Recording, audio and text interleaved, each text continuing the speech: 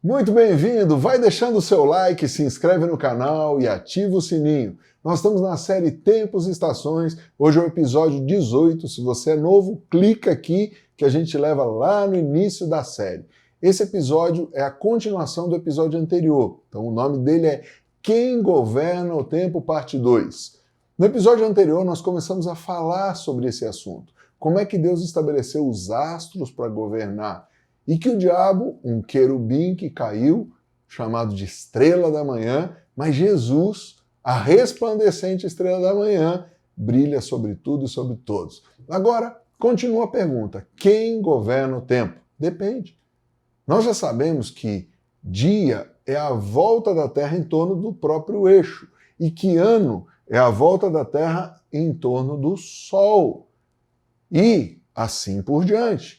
Deus estabeleceu os astros, então, para governar. Está lá em Gênesis 1, 14 a 18. Trazer influência, domínio. Agora viaja comigo. De alguma maneira, esse querubim viu esse negócio. Olha isso, que querubim?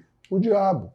O que ele queria mesmo? Subir mais alto que o trono de Deus. Isso quer dizer governar. Ao cair, o que ele faz? Ele leva consigo 1/3 das estrelas, ou dos anjos. Está no Apocalipse capítulo 8. Lá em Isaías 40 também fala sobre isso. Ergam os olhos e olhem para as alturas. Quem criou tudo isso? Aquele que põe em marcha cada estrela do seu exército celestial e todas chama pelo nome. Tão grande é o seu poder e tão imensa a sua força que nenhuma delas deixa de comparecer. Prestou atenção?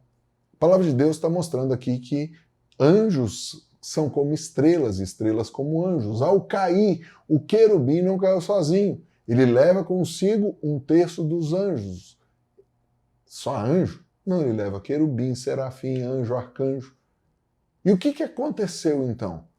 O governo que estava sobre a terra passa a ser possuído por esse querubim junto com os outros. Querubim, em hebraico, é karub, que quer dizer um ser angelical, como guardiões do Éden. Um ser que é melhor descrito lá por Ezequiel. Ezequiel fala dos olhos, fala das faces. E o diabo também é descrito pelo profeta lá no capítulo 28. Estavas no Éden, jardim de Deus, de todas as pedras preciosas te cobrias, o sádio, o topázio, o diamante, o berilo, o ônix, o jaspe, a safira, o carbúnculo, a esmeralda, de ouro se te fizeram os engastes e os ornamentos, no dia em que foste criado, foram eles separados. Tu eras querubim da guarda ungido, e te estabeleci, permanecias no monte santo de Deus, no brilho das pedras andava. Uau! Ou seja, ao cair ele leva seres da mesma espécie, querubins, leva anjos, tá? O que ele faz então? O homem, antes da queda, era governado por quem? Por Deus, o Deus eterno. Ou seja, não tinha pecado, não tinha enfermidade, não tinha morte, não tinha problema com o tempo. Ao se separar de Deus, entra a morte, ou seja, começa a ter um fim. O homem não tinha fim, ele era eterno. Se ele não pecasse, ele continuava vivendo eternamente com Deus. Ou seja, o homem agora está prisioneiro do tempo. Quem é que estava no Éden? A serpente. Ao cair, o homem passa do governo do Deus eterno para o governo do Cronos e de todos os tronos. Como assim, Maurício? O querubim passa a tomar governo. Como ele não é onipresente, ele precisa ter outros governantes com ele. Como ele não é onipotente, ele também precisa de outros. E como ele não é onisciente, graças a Deus, só o nosso Deus é onipotente, onisciente e onipresente. Mas, no próximo episódio, nós vamos falar sobre tronos. Aqui o que interessa é que ele passa, o querubim, a ter uma influência direta e indireta. O problema é que muitos não percebem disso. E aí está o problema. Satanás e os demônios são ocultistas. Por exemplo, lá no Éden, a serpente não disse, adorem o diabo. Não. Sejam os próprios deuses de vocês. E aí foi um pulinho. Perdeu a influência direta do Deus eterno, passou do governo da eternidade para um governo temporal e passou a ser escravo do tempo.